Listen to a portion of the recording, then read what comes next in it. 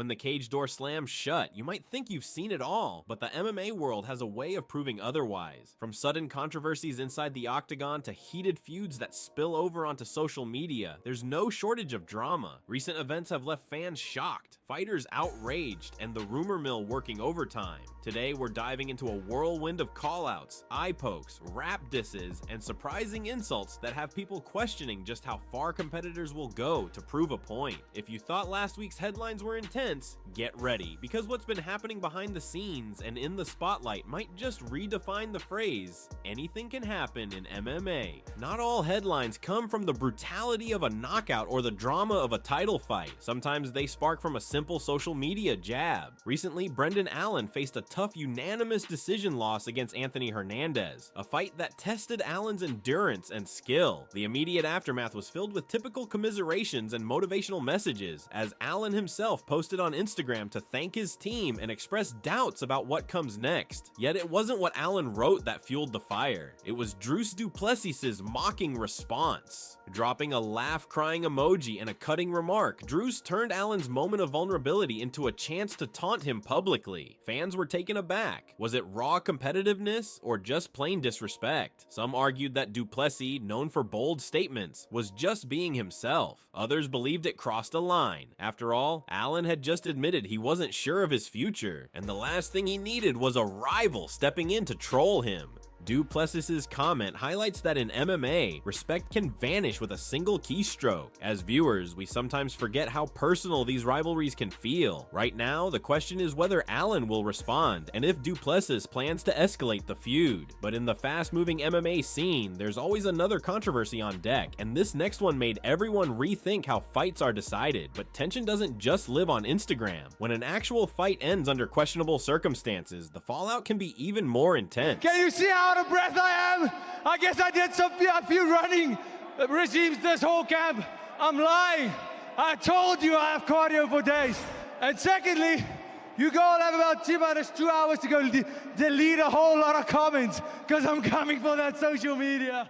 Ask any UFC fan about freak endings, and they'll probably mention torn ligaments or a random upkick that changes the match. This time, it was an accidental eye poke that stole the spotlight. Henry Cejudo squared off against Song Yadong in a main event that fans had high hopes for. The early rounds were back and forth, with each fighter trying to gauge the other's timing. Then came the accidental poke, 2 fingers jabbed in Cejudo's eye, and everything changed. When you see a fighter recoil and blink rapidly, it can be concerning enough.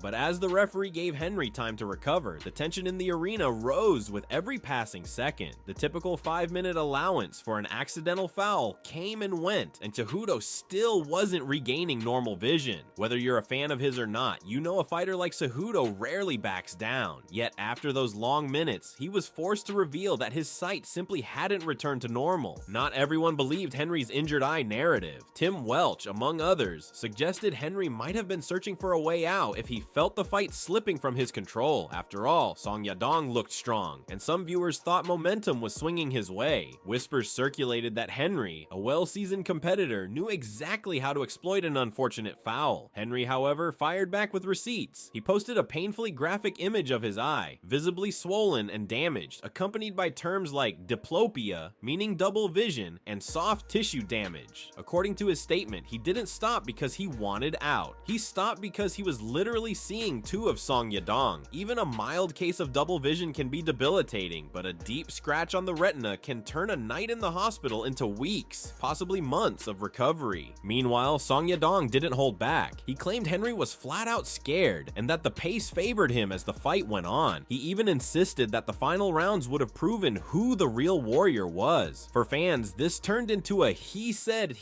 scenario. Did Henry's eye truly betray him, or did he give in under pressure? Henry publicly asked Dana White to reconsider a rematch, urging everyone to take a closer look at the official replays. But Dana's position was unwavering. If Henry can't see, that's unfortunate, but a second fight just isn't on the radar. This standoff has left MMA circles buzzing with speculation about who's telling the truth, who's ducking whom, and who stands to gain from any official rematch contract. No matter how heated a feud becomes, if it stays in the realm of words, fans can handle it. But sometimes those words cross into the territory of raw insults, as another pair of fighters recently reminded us. Henry and Song seem like they want to have the rematch. Is that kind of what you're thinking, that they should run that one back? Or? Not at all.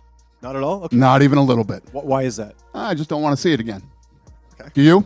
No, I thought it was a good fight leading up. You want to see it again? We should probably do it in a couple months. It depends on the eye, right? Yeah. People, my fans, and all my haters. Jesus, guys, I didn't, you know, we wanted to finish the fight, man. And I think, you know, obviously I got poked in the eye with 2 damn fingers. And typically, like, when I get poked, like, I'm good. You know what I mean? The same reason why I was smiling or whatnot. But after those 5 minutes were up, I still couldn't see anything. Or it's not that I couldn't see anything, I was seeing double. So I just got back from the hospital right now, and I don't even know the term of it. Diplopia? Diplopia is when... For some fighters, trash talk is a skill rivaling their striking or grappling. Belal Muhammad has never been shy about speaking his mind, and lately he's turned his sights on Drus Du Plessis. The spark, Belal labeled Du Plessis overrated, suggesting he hasn't truly been tested by a hungry, well-rounded fighter. Du Plessis fired back, essentially saying that Belal is undersized even for welterweight, let alone a potential jump to middleweight. The scathing remark implied that if the two ever cross paths in the cage, Du Plessis would step on his head, referencing their size difference. In the colorful world of MMA, such statements aren't new, but these two seem to have a personal edge fueling their back and forth. Fans have weighed in, taking sides. Some think Du Plessis is right. Belal might not find success at a higher weight class. Others point to Belal's proven track record, noting that underestimating him has cost more than a few fighters. Still, if Du Plessis sees Belal as a mere stepping stone, could that blind him to real threats Belal brings? The longer this feud simmers, the more likely we'll see these two square off if weight classes and timing permit. MMA thrives on rivalries, and this one is shaping up to be a powder keg. Belal's style might surprise Du Plessis, or Du Plessis' power might catch Belal off guard. For now though, the big question is, who's truly overrated here? While Belal and Dricus hype up their potential clash, another looming matchup has fans excited for completely different reasons. And one seasoned coach, Tim Welch, just offered his own bold prediction. If I'm being honest, I think Dricus sucks. That's another one, right, bro? Hey, look at me. I just beat Leon Edwards, who was on this long streak, right? A 12-fight winning streak, 15-fight winning streak. He had a fight, Sean Strickland, who sucks, who's coming off 1 win against Costa in a pathetic fight. And then, you know, even before that, Adesanya, nothing but respect for Adesanya, but he was still coming off of a loss to get those fights. He hasn't had to fight those tough, hungry guys that are good everywhere. Ilya Topuria, an undefeated rising star with vicious striking, continues to make waves. Fans have wondered, could he challenge the might of Islam Makhachev? Makhachev is widely regarded as one of the best grapplers in the UFC, forging a reputation as Khabib Nurmagomedov's prodigy. When Tim Welch weighed in, he didn't mince words. While Topuria's power is real, Welch believes Islam's grappling would shut him down quickly. It's the classic striker versus wrestler debate, but the difference here is that both men are multidimensional. Topuria can grapple, and Makhachev has a capable stand-up game. The real question is how much difference there is in size and raw strength. Makhachev typically walks into the cage around 180 pounds. No small feat for a lightweight. If Topuria tries to bulk up, he risks losing speed and stamina. Yet if he remains at his natural size, he might be overpowered in clinches and ground exchanges. For fans, this potential showdown is mouth-watering. Could Ilya's punching power break through before Islam drags him into deep waters? Or would Islam's takedown smother Ilya's explosive offense, turning the fight into a methodical ground game? Welch's opinion is clear. Once Islam grabs hold of Ilya, it's game over. The thought alone stirs a ton of debate, but Tim Welch's words also remind us that speculation can blow up in MMA circles, especially when rumors start swirling about behind-the-scenes gym sessions. The next story shows just how quickly training rumors can take on a life of their own. Speaking of rumors, one of the biggest names in the sport found himself at the center of a tall tale involving a supposed knockout in the gym. Dude, Ilya versus Islam Makhachev, he's probably going to walk in the cage. I think I saw the weights where they walked in. I think he was around 180, 181, walking in the cage. Ilya Topuria, I'm curious to when they're going to book the fight. If he's going to actually try to put on 4 or 5 pounds of muscle. It's a lot. But Ilya Topuria has never thrown a kick above the waist ever in his UFC career, but as soon as Islam grabs a hold of him, I think it's going to be over. And it's when you're fighting someone who's an orthodox boxer, It's not that hard to time a shot to the legs. And I'm sure Ilya is a really good grappler, really good black belt. But I think Islam's just going to be too strong, too powerful, and he's going to submit Ilya Topuria. When images of Michael Venom Page and Khamzat Chimaev surfaced, the MMA community went wild. MVP is a striking virtuoso known for flashy finishes. Khamzat is a relentless grappler with knockout power. So when fans heard whispers that MVP had knocked out Khamzat during a sparring session, the rumor train took off at full speed. But here's the truth. According to MVP, the session never even happened. Khamzat actually sparred with MVP's teammate Norbert Novenyi, a skilled up-and-comer. They had a competitive exchange, but MVP wasn't even in the ring with Chimaev. The story apparently mutated from watchers seeing MVP's flair with other sparring partners. By the time it hit social media, a rumor was born that MVP had dropped Khamzat in humiliating fashion.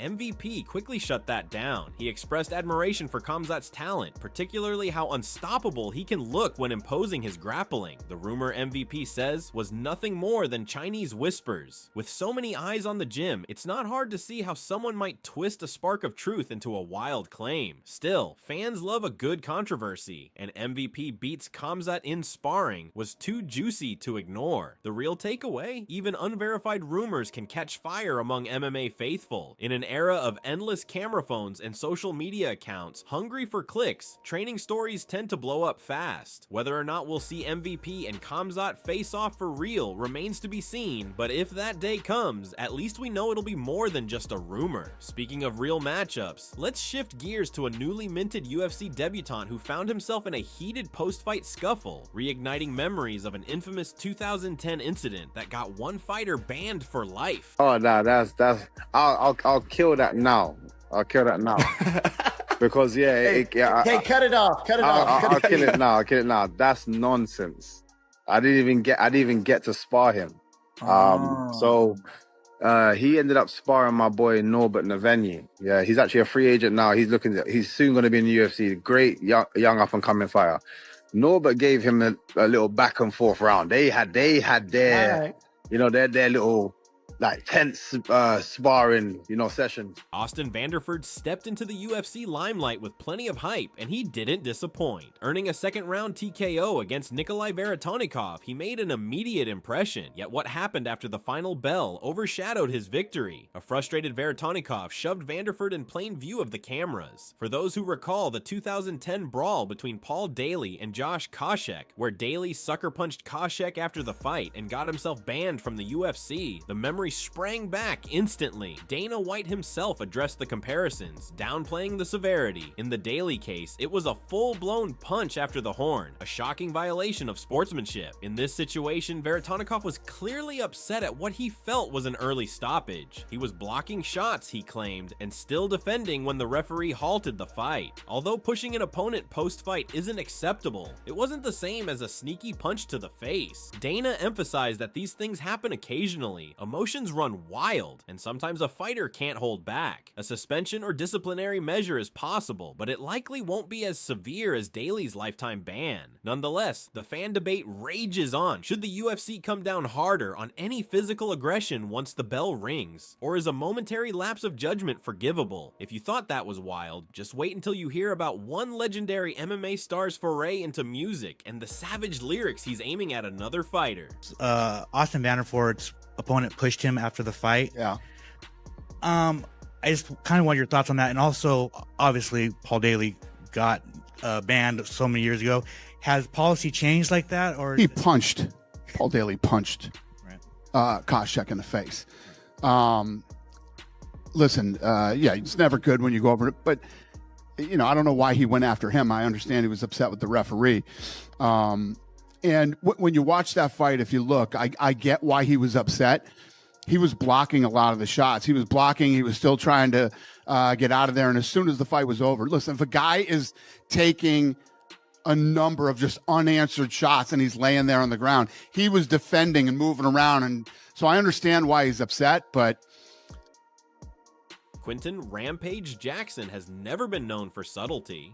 Outside the cage, he's dabbled in various ventures, from movies to pro wrestling appearances. Now he's dipped his toes into the music scene with a track titled 4570, referencing a bizarre verbal clash he had with Kevin Holland. A few weeks ago, fans witnessed a heated exchange in which Rampage confronted Holland, repeatedly asking if he knew what a 4570 was, apparently referencing a caliber of firearm. In the new rap video someone made up to look like Kevin Holland appears, only to be roughed up by Rampage toward the end. The not-so-subtle mockery is underscored by a t-shirt reading, "Do you know what a 4570 is?" The bizarre nature of the track, combining MMA references with implied threats, caused an immediate frenzy online. Holland, for his part, responded with humor, sharing that he's not at all impressed by Rampage's music. Holland also mentioned that despite all this publicity, he hasn't seen a dime, and if Rampage is going to use him as a marketing gimmick, maybe some royalties are in order. The entire situation underscores the lengths fighters will go to taunt each other, even dabbling in diss tracks and t-shirt merch. Some fans applaud the creativity, others cringe at the spectacle. Either way, Rampage's track definitely grabbed everyone's attention. It remains to be seen whether Kevin Holland will respond with something equally outlandish or let the music speak for itself. With feuds unfolding on social media, inside the octagon, and now through hip-hop, it's clear the world of MMA is more unpredictable than ever. But what bigger picture can we take away from this swirling chaos? Do you know what a 4570 is? No, I don't. Okay, then shut the fuck up. You'll tell me shut the fuck up? Yeah. Because you don't understand what a 4570 is. He doesn't know what a You're talking about ego. Now I'm giving you some ego. Okay. Ego's when you don't understand what a 4570 is. Nobody know what a 4570 is. Nobody. Real shit from the shit. There's a reason why I don't rap no more. I suck. From post-fight pushes to rap feuds, accidental eye pokes to social media mockery, the MMA scene continues to prove it's never just about the matches. Rivalries can boil over at any moment, turning a respectful sport into a hotbed of grudges and dramatic twists. Whether we're talking about Henry Cejudo's double vision, Drus Du Plessis' jabs at Brendan Allen, or Rampage Jackson's new hip-hop endeavor, every story reflects the combustible mix of ego, pride, and ambition that drives these athletes to greatness, and sometimes makes them lash out in surprising ways. As fans, we can only watch, speculate, and wonder what the next controversy will be, and there will be a next one, possibly sooner than we think. After all, MMA's unpredictability is part of its allure. Every time the spotlight hits a fighter, there's a chance we'll end up with a brand new saga to debate for days. So keep your eyes open and your mind ready. In the world of MMA, that next big shocker might be just around the corner. Whether it's a shocking finish, a fiery war of words, or a music video nobody saw coming, thank you for sticking around to the end. The MMA universe is as raw and chaotic as ever, and it's only a matter of time before the next explosive story drops. Stay curious, stay skeptical, and remember, in this sport, anything can happen, and it usually does.